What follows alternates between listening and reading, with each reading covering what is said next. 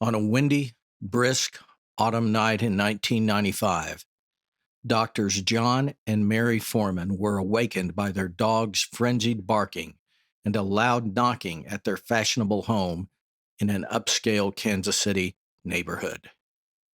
It was just after midnight when the Foremans staggered to the door, struggling to wake up. They opened the door and were greeted with a hellish scene. The dark night was illuminated by flames coming from the house next door. Their neighbor, Dr. Debora Green, was standing before them, wearing a nightgown. She was disheveled. Her hair was dripping wet.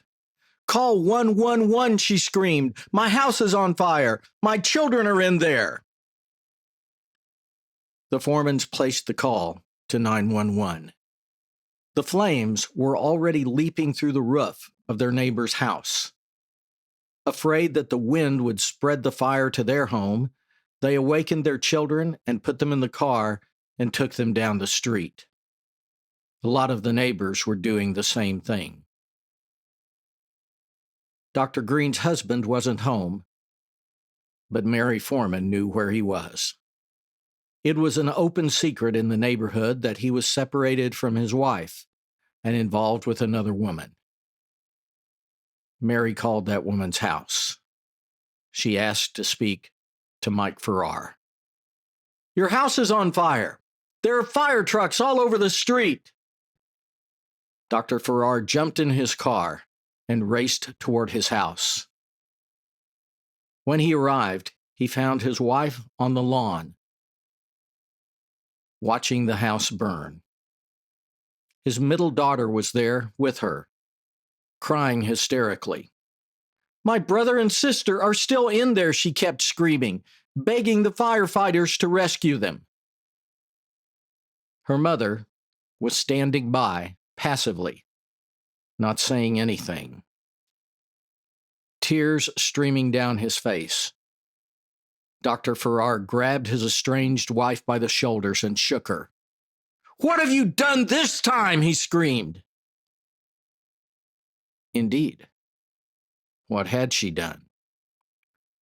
What led this woman, a doctor who had sworn years ago to do no harm, what had led her to set fire to her house and watch it burn while two of her children were inside?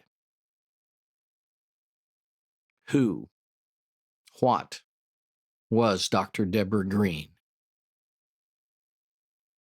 Mix up a Peabody Sour and try to puzzle out the mystery of the doctor who swore to do no harm.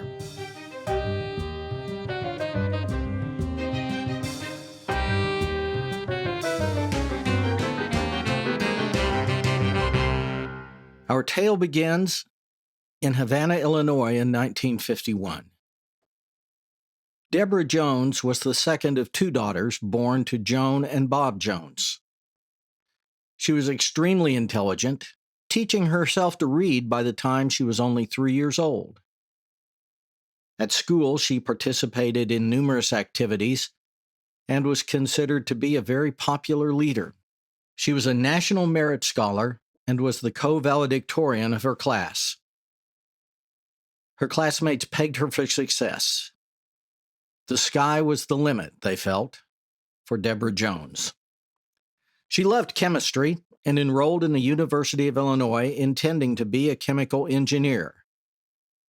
When she graduated, however, she felt that the field was going to be too crowded, so she changed her mind and enrolled in medical school at the University of Kansas. She and her longtime boyfriend, an engineer named Debora Green, married in 1974. It didn't work out.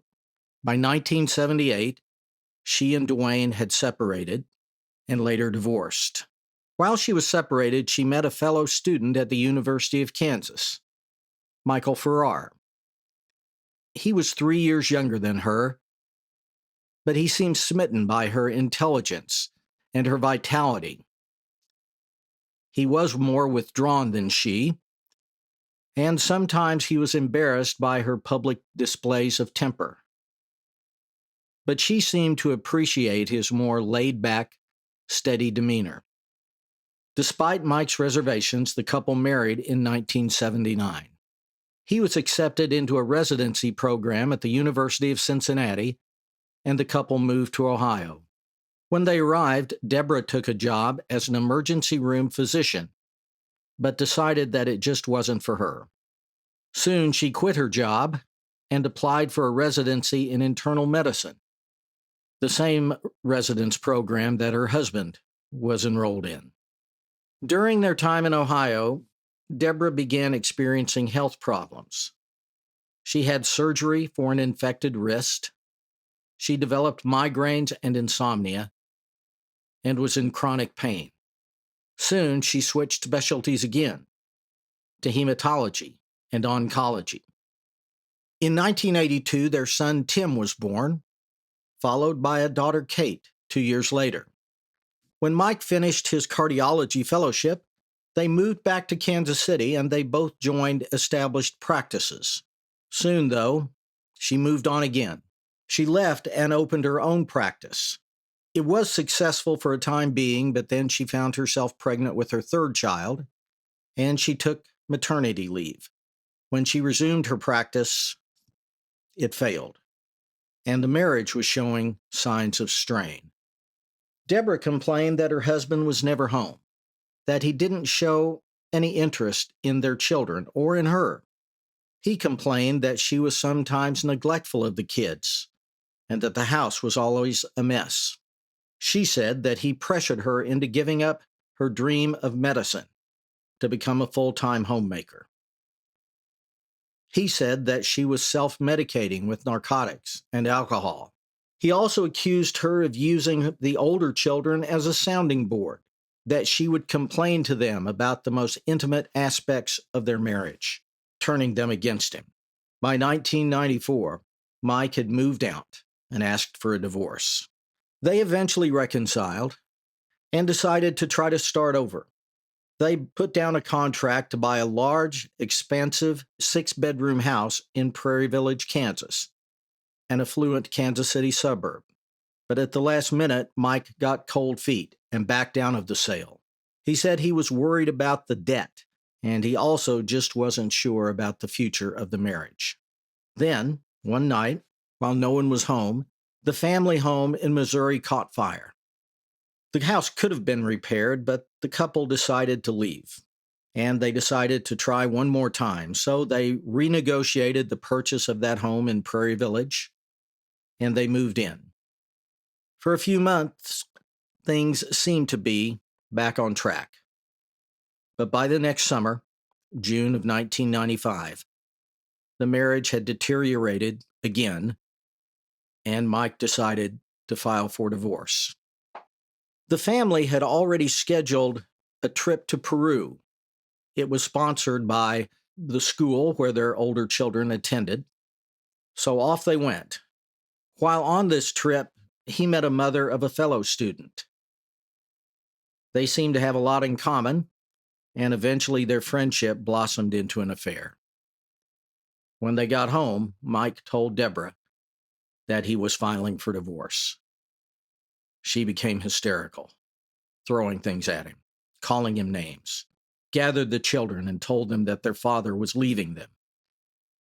Even though he had told her he wanted a divorce, Mike refused to move out of the family home. He was concerned with Debora's drinking and her care of the children. He said that on more than one occasion, he would come home and find her unconscious. One day, while the children were home, he came home looking for her and couldn't find her anywhere. He scoured the neighborhood, thinking perhaps she had walked away in a drunken stupor. It turned out that she was actually hiding in the basement.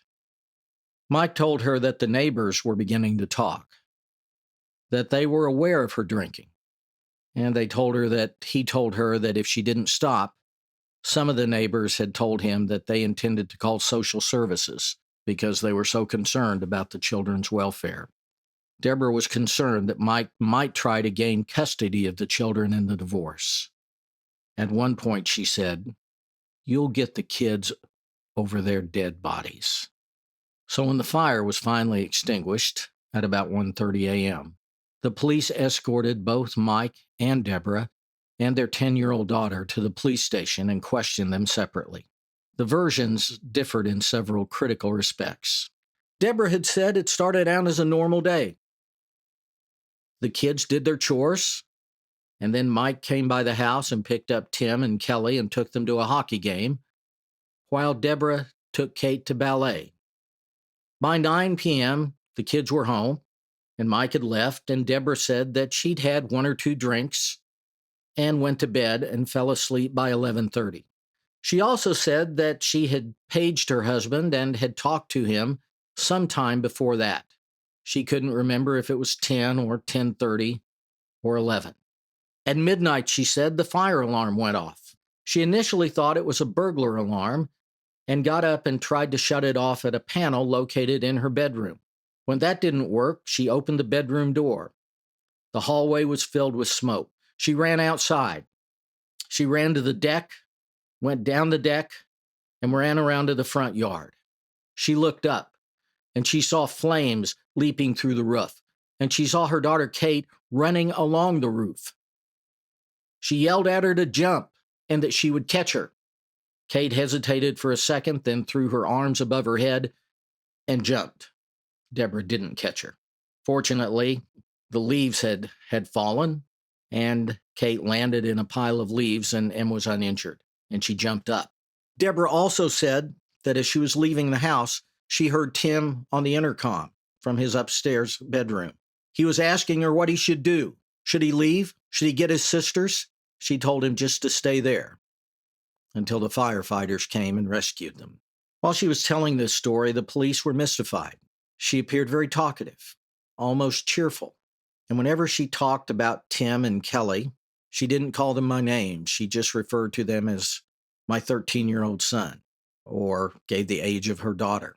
She also talked about them in the past tense. At 5:20, the house had cooled off enough, and the firefighters were finally able to enter. At around 5:20, they found the children's bodies. Kelly was still in her bed, blankets pulled down around her waist. She had died of smoke inhalation. They found Tim on the bottom floor, badly burned. They believe that his bed finally just fell through the burned floor.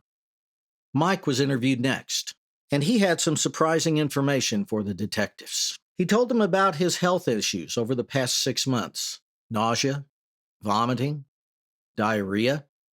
At first, he thought it was something that he had contracted in Peru.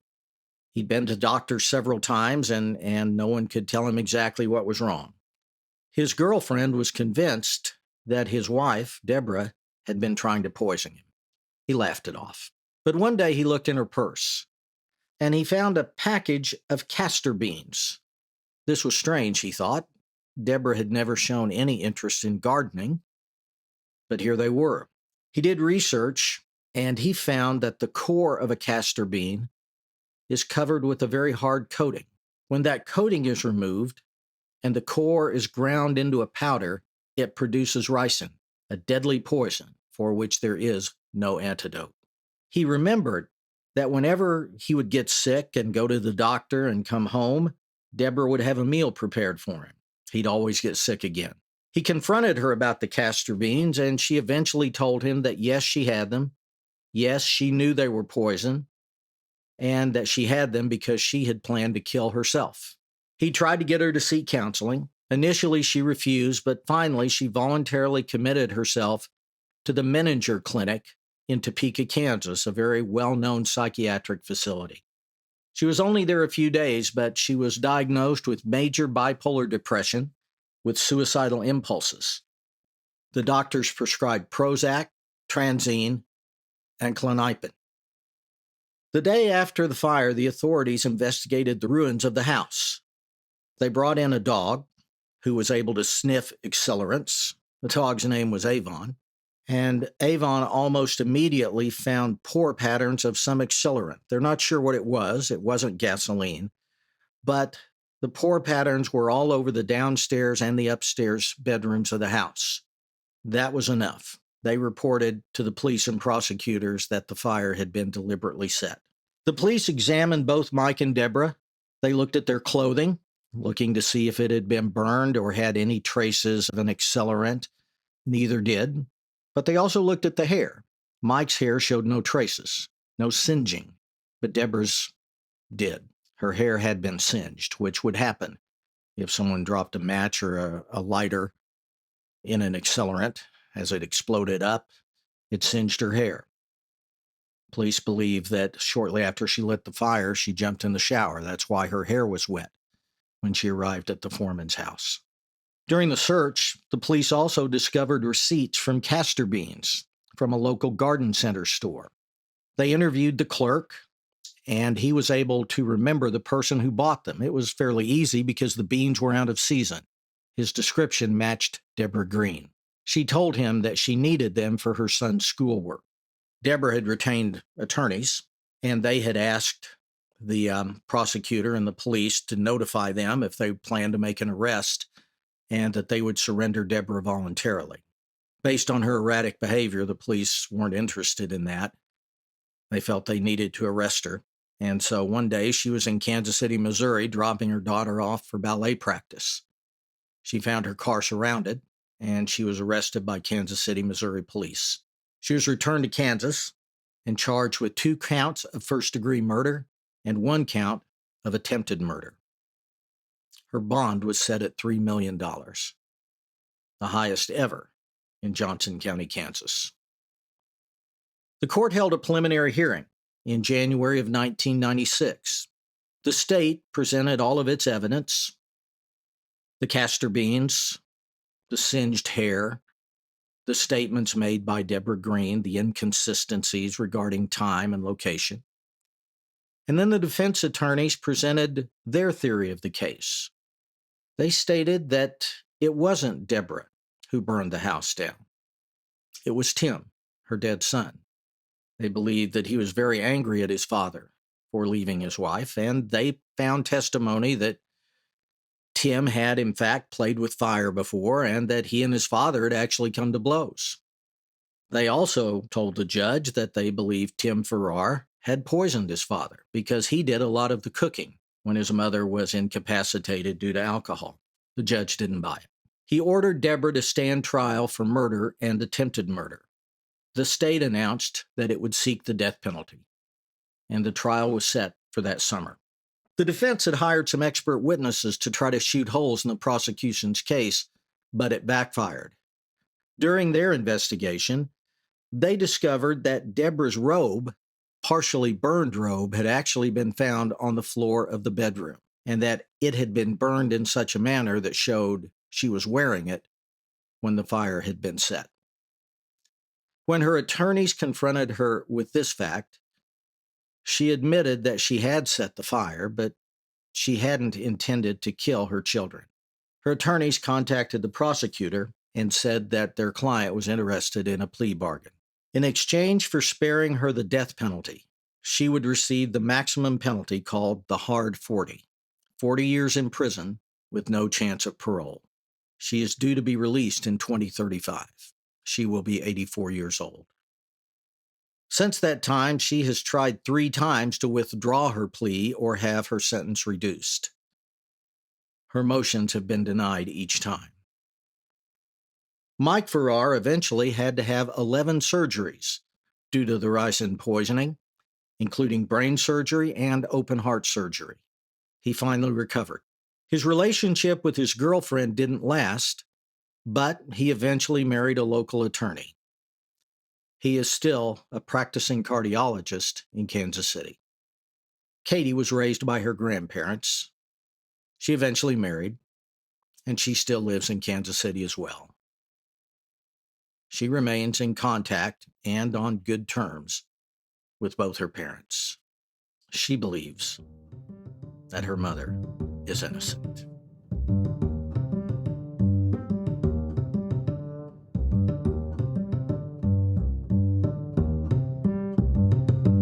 Thank you, Dad. That is a wild story. And especially that it is so close to where we are sitting right now. Makes it even crazier. Mm-hmm. You were just telling me that you remember this like it was yesterday. Yes, it was a huge deal. You know, rich doctors, the affair, the poisoning. This stayed in the headlines, for over a year. It happened, I guess, at the end of October, and it was finally she finally pled guilty in April. So this was on the news just constantly. And in fact, it still shows up on the news.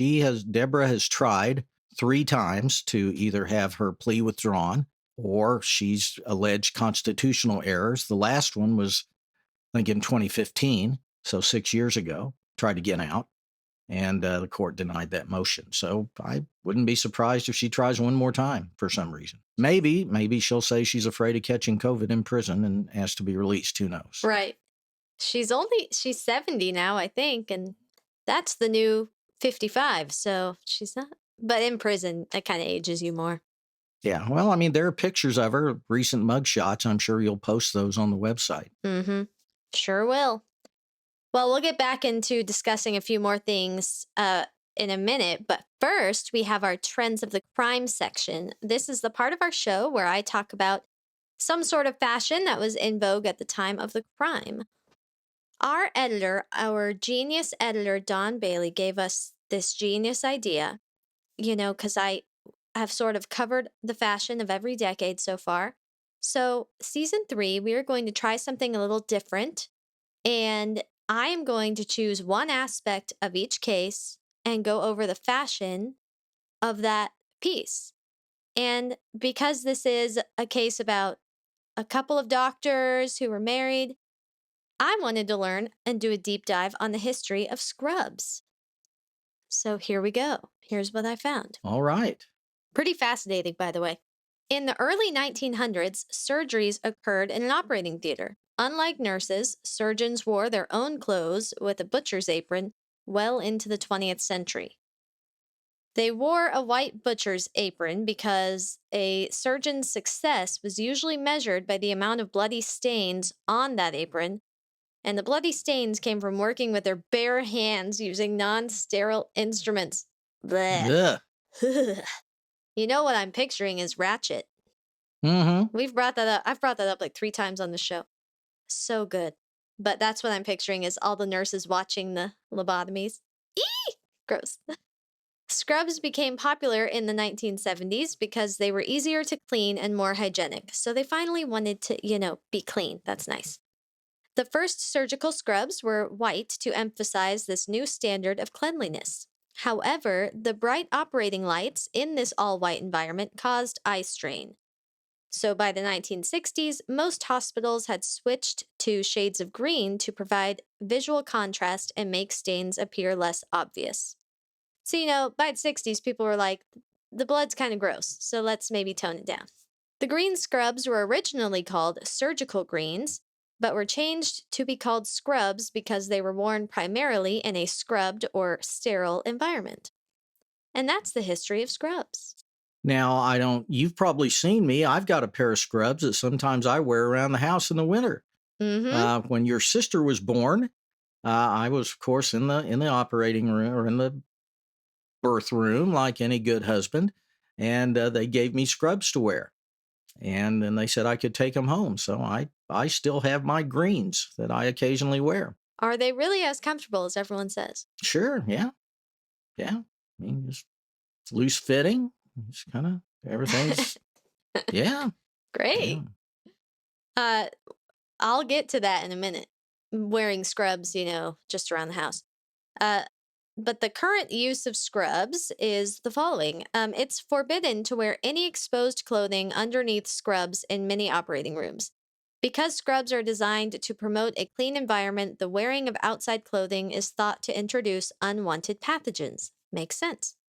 Nearly all patient personnel at hospitals in the U.S. wear some form of scrubs while on duty, as do some staffers in doctor, dental, and veterinary offices.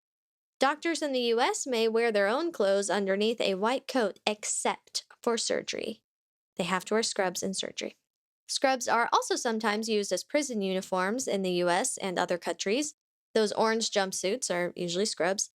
Scrubs are becoming more common in other industries due to the COVID-19 pandemic as well. Non traditional industries using scrubs include workout facilities, schools, and restaurants. And this is again because they are easy to clean and more hygienic. And we don't want that COVID around here. No. Now, did you do any research on the white coats that doctors I wear? thought about it, but I did not because I didn't want to take an hour.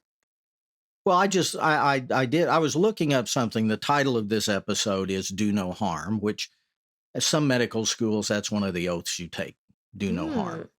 And evidently, when you start medical school at some point early in your career, they have a white coat ceremony where you are given a white doctor's coat and you recite the oaths. So uh, I just wondered if you knew anything about when they wore that white coat.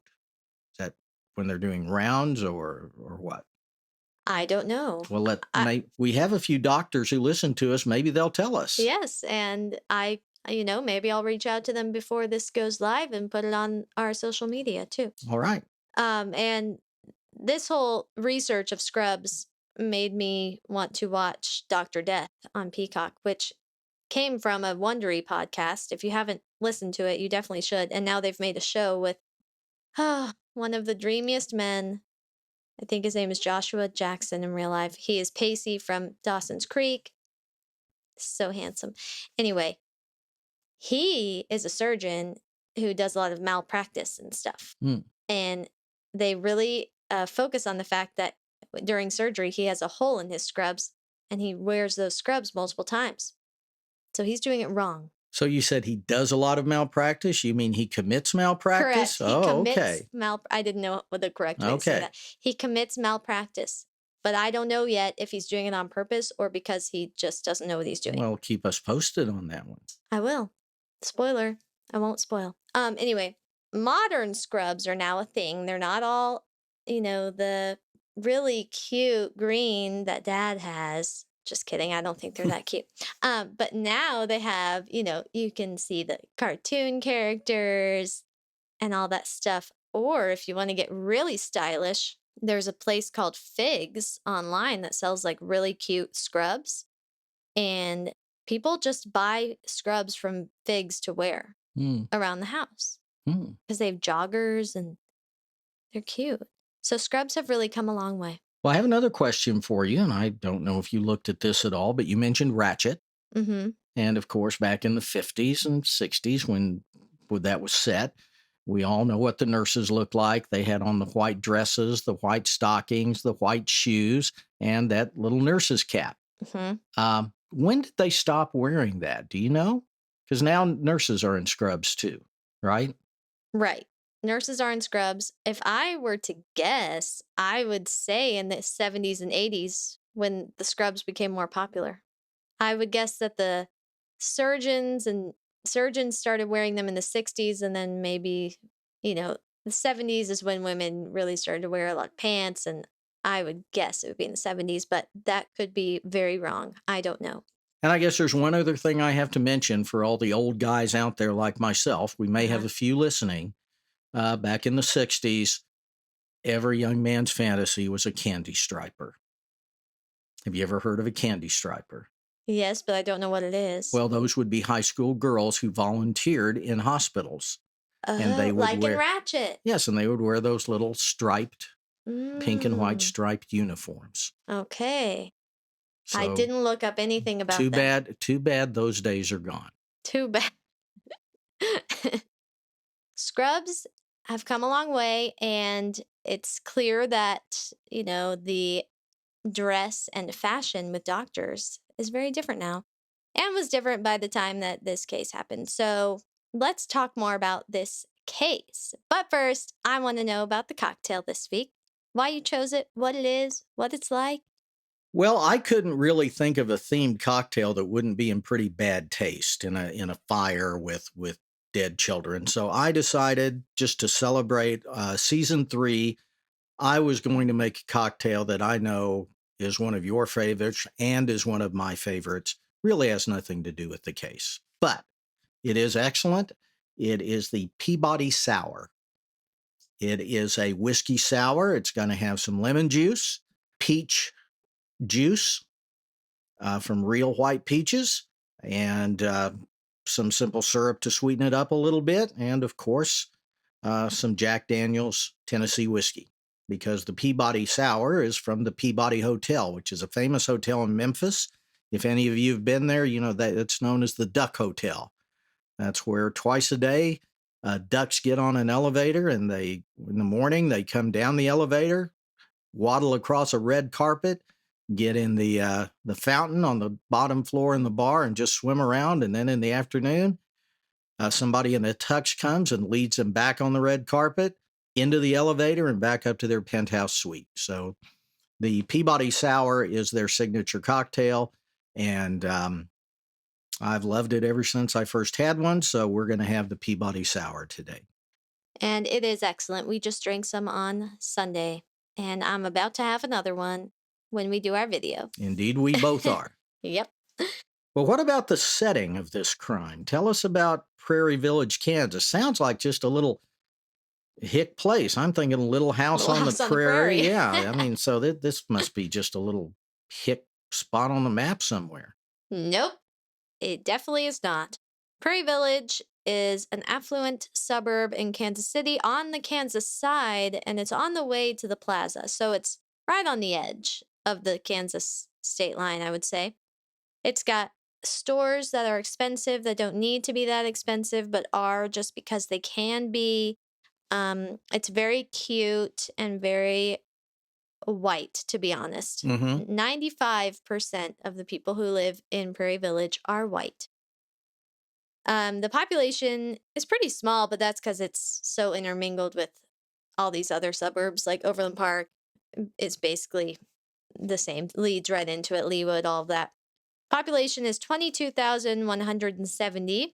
The median age is 41.4 years, and the median household income is 91,136, and that was in 2019, which that seemed a little low to me for household income in that area. Does it to you? Well, I'm sure you have. I mean, not all of Prairie Village is affluent. They have some middle class houses. So, no, I don't think that's low. I thought it was pretty high, really. I guess for median, yeah. Yeah. That's not average. Right. So yeah, Prairie Village is very nice, and they had a pretty big house in Prairie Village, and they barely lived there. It was like less than a year, wasn't it? Right. Unless something has happened in the last 6 months or so, that house, where that house stood, is still just a vacant lot. Oh, wow. Maybe I'll drive by there this weekend and see if they've built anything on it. I wonder if they haven't, maybe it's not being sold on purpose. Because I know sometimes when horrible things happen like that, and like children die, like people don't even want to build on top of it. Could be. Yeah. You mentioned wanting to talk about if Debora actually did this. I think yes, obviously. What do you think? I don't think there's any question. I know that her attorneys, and I know both these guys. It was the cream of the legal community back in 1995. Her representation. Dennis Moore was a former district attorney. He resigned to run for Attorney General of Kansas and lost, and then won election as a congressman and served several terms as a congressman from our 3rd Congressional District. The other attorney was Kevin Moriarty, who later became chief judge. So these were not ambulance chasers, but they caught a lot of flack because they tried to pin this on the dead son.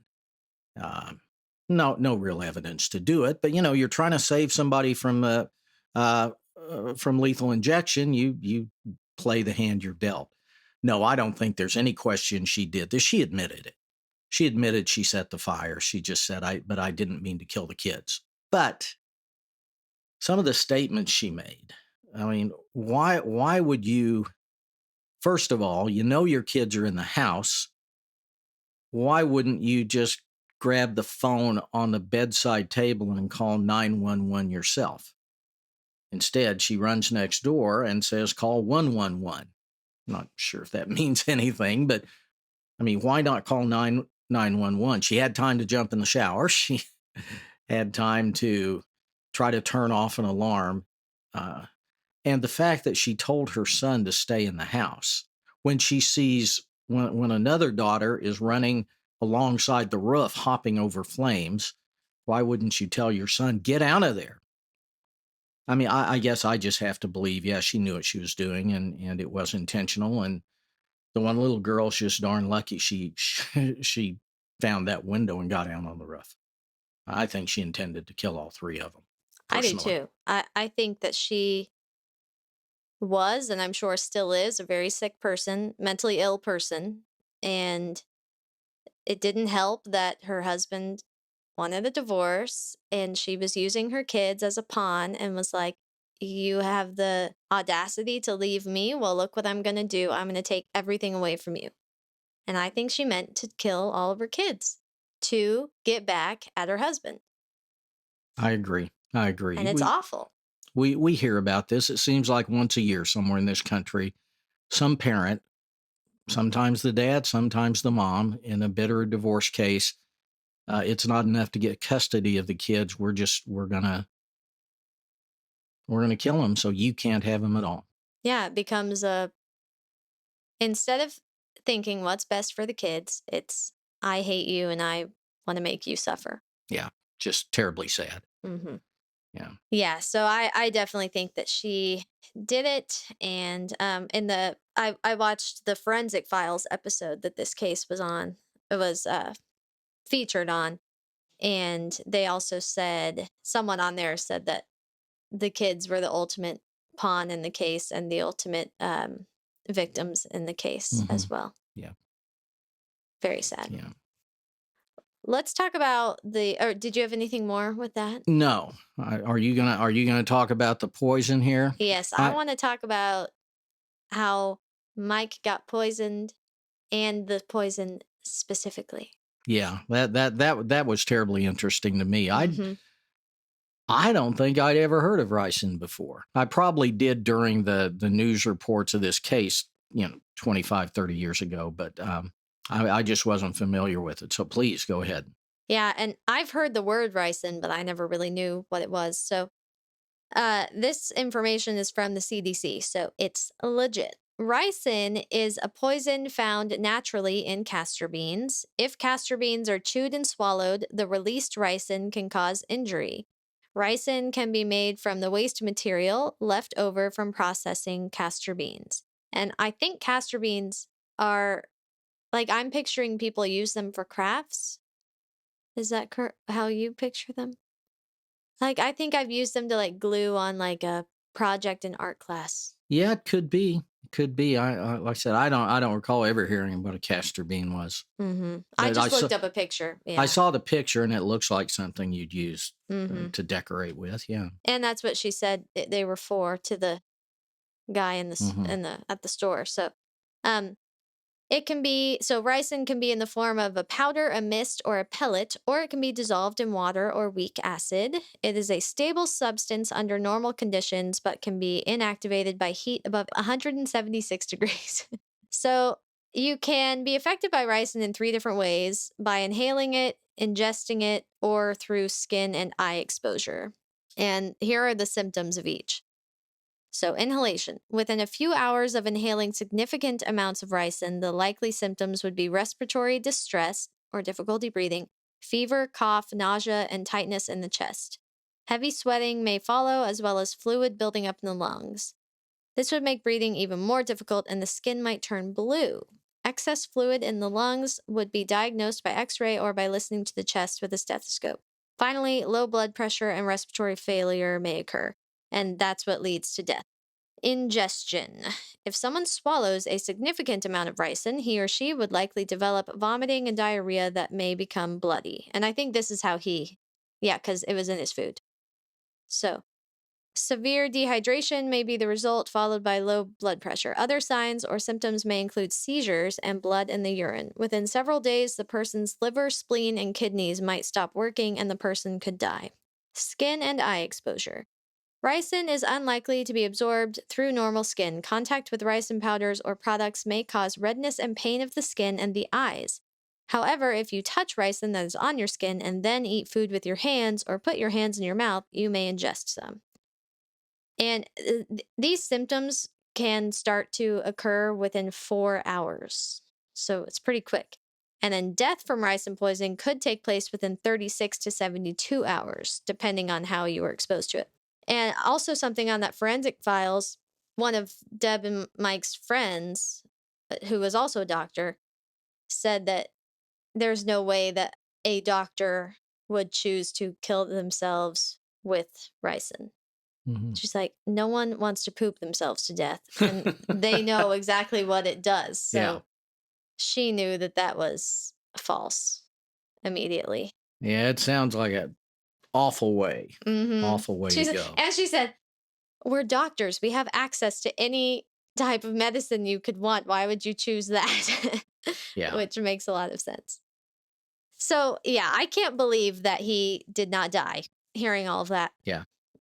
Treatment. Symptomatic ricin poisoning is treated by giving victims supportive medical care to minimize the effects. Like Dad said, there's no antidote. So you're just treating it. You're not really curing it. The types of supportive medical care would depend on several factors, such as how it was affecting them or how the route by which they were poisoned.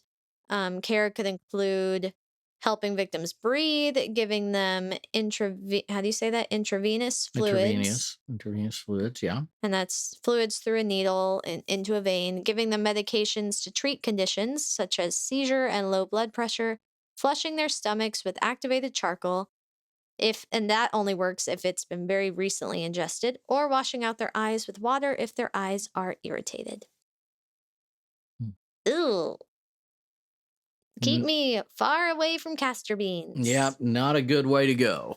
So why is castor oil a thing? I don't know. Do we eat that? Yeah, you can. Castor oil was what people would take for upset stomachs back in the day. I've never had That's it. ironic. But evidently it tastes awful because back in the old cartoons I used to watch, like Our Gang and Three Stooges and things like that, they'd give a kid castor oil and you'd see their face pucker up. I think it's also a laxative. I think so. I think they said that in the forensic file. So I don't know where it comes from, but yeah. Well, I'll have to look that up just for my own peace of mind. Yeah. This case has been in the media. Like Dad said, it was all over the news. It's been all over the news multiple times. But if you want to learn more, you can YouTube that Forensic Files episode. That's how I watched it. The episode is called Ultimate Betrayal. There's also a documentary series called Deadly Women. I meant to look up what it was on, but I forgot. So it's called Deadly Women, and there was an episode in 2020 that this case was featured on, and it was about women who have killed their children. And in March of this year, Lifetime made a movie called A House on Fire, and that was based off of Anne Rule's true crime book that she wrote. And speaking of that book, it is called Bitter Harvest, A Woman's Fury, A Mother's Sacrifice. And it was a New York Times bestseller.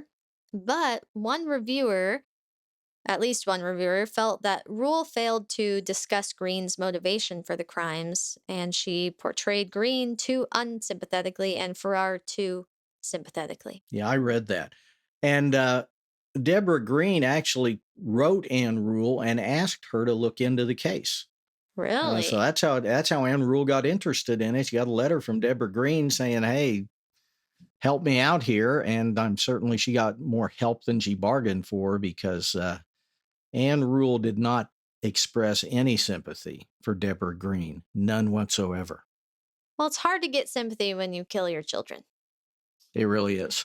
No matter what when you kill your children in a way that could be viewed as intentionally. So yeah. No matter what the outside circumstances are. Well, this was a good one. Yeah, it's good. And but again, as always, we can't forget the victims. 2 young lives who knows what they would have accomplished in this world, just because 2 adults couldn't get along. 2 adults who were supposed to protect them with everything didn't. Yeah. What do we have next week? Oh, I know what we have. It's your book. Ah, yes. Tell The us about that. Billionaire's Vinegar. So we are moving away from murder for a little bit to an international and centuries-wide fraud Ooh, involving wine. our favorite. Yes. Did Thomas Jefferson actually own some old wine that was auctioned off over 200 years after his death? Or was it fraud? We will see next week. Ooh, I'm excited. Well, thank you all for listening. We're so happy to be back for season 3. And good news, I'm also, every week this season, I'm going to be posting our recording to YouTube. I'm going to make a YouTube channel. By now, it'll be up, obviously. So if you'd rather listen to us on YouTube, that will be available this season. And thank you all, and we will see you next week. Bye. Bye. This has been Cocktails of Crime and Fashion. If you're enjoying our show, please leave us a 5-star rating and review on iTunes, Spotify, or wherever you listen to the show. Join our VIP Facebook group, Cocktails of Crime and Fashion VIP, to discuss cocktails, crime, and fashion, and to watch exclusive video content. Follow us on Instagram at Cocktails of Crime and Fashion. We also have merch. There's a link in the episode notes. Cocktails of Crime and Fashion was written and produced by Mike Norland and Macy Norland Burkett. Our editor is Don Bailey at pretendmachine.com. Thank you to Alex Joaquim for composing our theme music and to Kaylee Bitter for designing our cover art.